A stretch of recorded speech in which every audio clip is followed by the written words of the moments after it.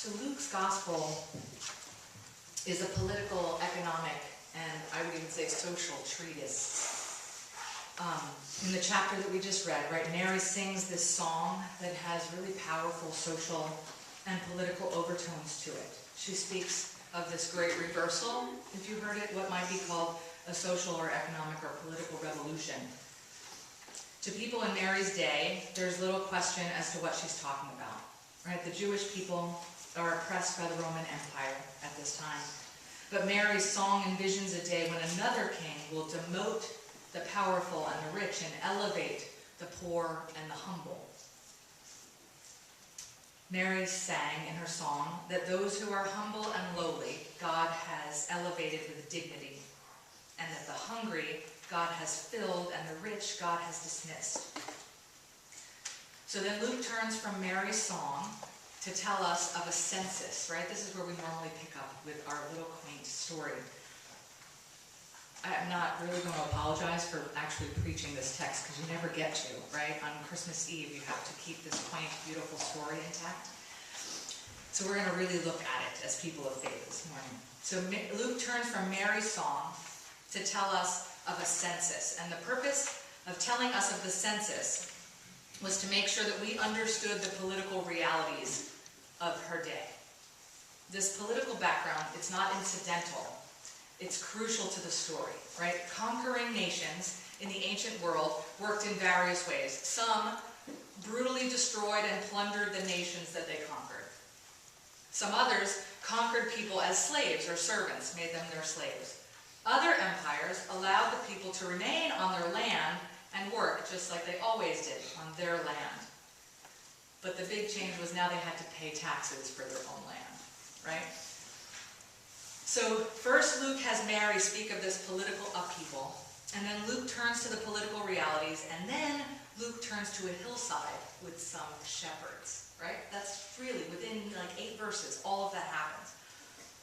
The humble and the lowly of Mary's song comes to fruition with the shepherds, because they're chosen instead of ambassadors and dignitaries or wealthy landowners. They're chosen to visit the newborn king.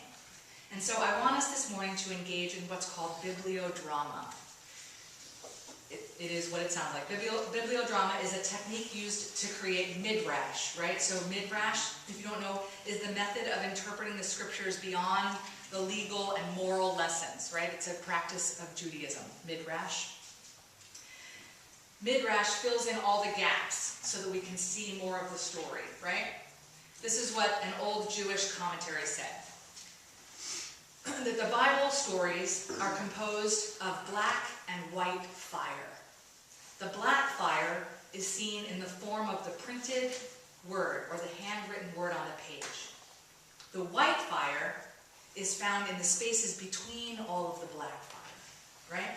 The black fire is fixed. That's the word that says there. But the white fire is forever kindled by our fresh encountering of the text. The black fire establishes the objects, but the white fire represents this endless potential of how we can interpret it. The black fire is the letter, or the boundaries, and the white fire is our imagination. So I want us to engage in bibliodrama this morning, specifically with the shepherds. So pretend with me, imagine with me, that you have to wake up at this point, and you're going to have to give me a lot more energy. Usually I can fill up the space with my own energy, but I'm having a hard time today. So look around. We are shepherds. This is us. We are the shepherds, okay? And we are on a hillside nearby Bethlehem. And around us are all of our sheep, right? So in your mind's eye, can you see them? Yes. That's the black fire, right? This is what the text says, quote, "Nearby, in the fields outside of Bethlehem, a group of shepherds were guarding their flocks from predators in the darkness of night." So now let's engage with the white fire of the text. What is the night like for you? What do you hear? What do you smell? What is on your mind, shepherds? Tell me. Comforting. Comfort, you're feeling, or you're comforting love, the sheep? yes, comfort and showing that everything is fine to me. Yeah, that's right. No, there's no right. Yeah, to you it's all fine, right? And everything feels comfortable. What else? Say it. It's cold. It's cold? Okay. I'm tired. You're tired because it's nighttime. What else? What if one strays away? What if a sheep gets away? Feel the wind and wonder if your sheep are upwind or downwind. Smell them. Yeah. Yeah, right? So you feel the wind. Can you feel it? Right? And you're wondering, where are the sheep? Are they upwind? Can you smell the sheep? Or no? What else? What is on your mind? What do you see and smell as a shepherd? About having families. Where your families are that aren't on the sheep on the hillside with you? Yep. Yeah, where is your family? Do you miss them? Yeah. The stars are bright. I have feeling peace. The stars are bright, so it's clear sky for you. There's peace. No light pollution. No light pollution. Right. We don't know from light pollution yet. Yeah. Probably hear a lot of noise. How long do I have to wait till I get another stick on that fire? That's right. So Pete's around a fire, right? He has you around the fire, making sure you stoke it. You probably don't hear, you hear a lot of noises you don't hear during the daytime. Right, there are noises at night that you don't hear during the day. Are any of the ewes going to give birth soon? Yeah, right? Do you have pregnant ewes, right? Are they ready to give birth? Do you need to watch? Do you need to take care of them in particular? Do you need to watch out? Go ahead. If it's sad, it means the dogs are calm, but there's no predators out there. Okay, so you hear silence, and you know that that means the dogs are telling you that it's safe. It's dark. It's dark. There might be things out there that The dogs can't see or Right. haven't could noticed be yet. wolves, could be thieves. Could be thieves, right? You're wary. Worried. So sometimes shepherds are worried too. Yeah. So let's go back to the black fire, the text, right? It says, suddenly a messenger of the Lord stood in front of them, and the darkness was replaced by a glorious light. We were terrified. The messenger says, do not be afraid. So a helpful way to do bibliodrama is to create a snapshot of the scene. So I need 5 people who are okay, who are good, or would like to practice acting. 5 people, and there's no shame, or 4, but you gotta help me, right? Come on. All right, come on, come on. One more. Yeah. Shanae, did you have your hand up? Yes. Come on up, girlfriend. Heather, you can stay if you want to. All right, I'm gonna have 4 of you be shepherds and 1 an angel. So give me a shepherd over here to sit here. I'll be a shepherd. Okay. Give me another shepherd right here. And another shepherd. Shanae, let's have you, I'm on the stage, I'm on the floor. yeah, I'm gonna have you stand kind of right where I am. Okay. Okay? Yep. John, you're gonna be the angel, and you're gonna come from back there. Heather, I'm gonna have you, I don't think so. go here. Yeah, sit either on the, yeah. Okay, so Shanae, come closer to me, and now you're gonna turn to John. Yeah, okay. Can you guys see them? Yeah. So the scene that they're playing, right, is just what we just heard, right? So the angel comes, and the angel's goal is what? To make sure they're not afraid, right? So the angel's message is do not be afraid. But it says the shepherds are afraid. So think for a second, 4 shepherds. How do you want to present fear? How do you want to look afraid? And John, I want you to think about what is the stance and facial expression that you would make to make sure people are not afraid, right?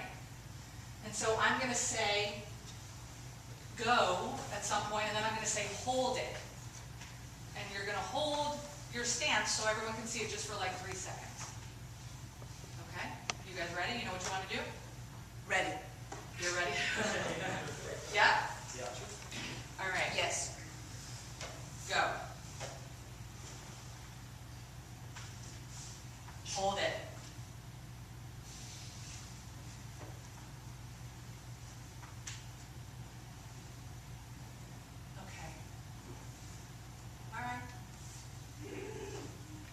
thank you. That's it?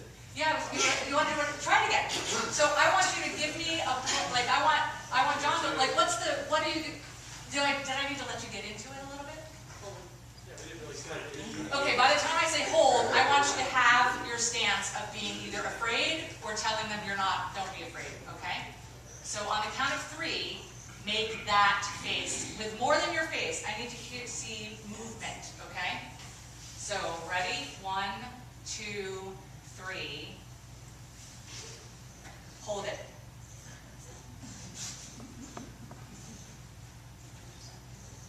Good. Thanks. Give them a hand.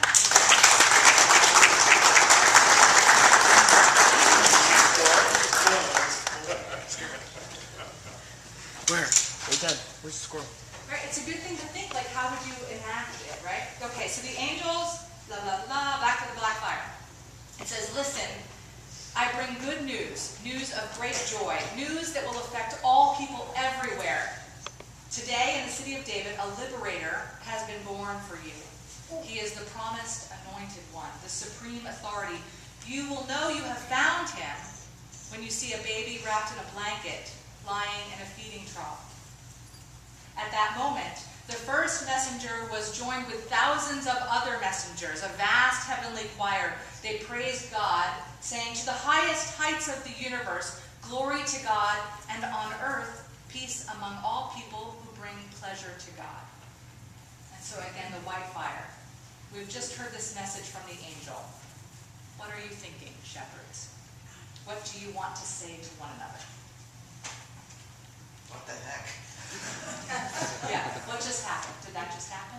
What else? Debbie, what do you want to say? How about an angel? You just yeah, that you're just telling them you saw an angel? Okay. What else? What are you thinking after you just saw this? What are you wanting to talk to someone else? Powerful. Well, they don't know that yet, right? That's not on that. Like we can't go outside the text. Wonderment. I just had the strangest dream. I just had the strangest dream. It must be a dream, right? And I said wonderment. I mean, what happened? Right. Wonderment. It's amazing. Amazement. Mhm. Amazing. What does this mean? What does this Right. mean? What on earth is going on here? What is going on? Questions. It's reasonable for your. It's still scary. It's still scary, right? I was scared. I'm still scared. I don't care that the angel said, "Do not be afraid." Yeah. We need to go find this baby. We need to go find this baby, right? Anyone say no to that? I'd probably say. I might say no. Yeah. Are you sure? Well, who's gonna watch the sheep? Who's going to watch the sheep? Right. Does that mean, all of a sudden we realize, right, now there's shepherds and lots of sheep going to see Jesus, right? I would probably say disbelief because there's so many statements within just that. Yep, yep. And I would say, is he for real?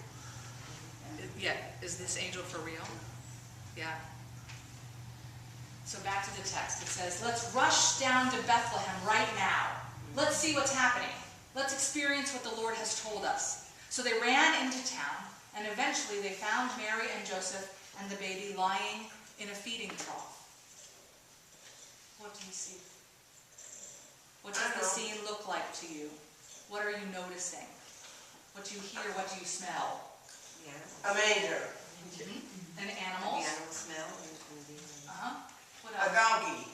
A donkey? Okay. What else? Waiting for an animal to pounce on his prey. Yeah, you're waiting for, like, now it's kind of a chaotic scene, right? We've brought our own sheep, and there are now things that would prey on our sheep in the scenario. What else? What do you see? See the baby. You see a baby. The baby there. Right, there's a baby. Is it okay or, no? Yeah. Yeah. And Mary and Joseph, I mean, the mother and father have to be there and the family. And I guess I would say that is a joyous something that's there of the new year. Oh, that's Christmas. Okay, Christmas. Yeah. So it's something new. Something new. There's a I mean, family. there's a family there. Makes me think we might feel like we're intruding. Could they have been underwhelmed? The shepherds have been underwhelmed by, it's just a baby. What is this baby? I thought the baby would look special. It just looks like a baby. Yeah, do you think we're in the right place? This can't possibly be what the angel meant, because it's just a baby and a family, and now we're intruding in some kind of family thing. Amazement? I see a bunch of householders, they're not really happy to see me and my bunch of sheep show up. They already have too many people. Right. We're not really welcome by everyone here, right? Because we're creating chaos also. Exactly.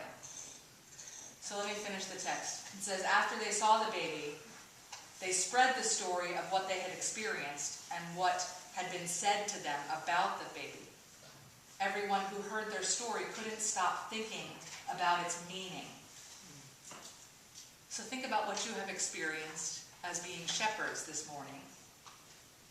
And think about what the meaning is for you this time around when you hear it as shepherds. What is your meaning? And what is the meaning that you would share with someone else of what you've experienced? It says, the shepherds returned to their flocks, praising God for all they had seen and heard. And they glorified God for the way the experience had unfolded just as the heavenly messenger had predicted.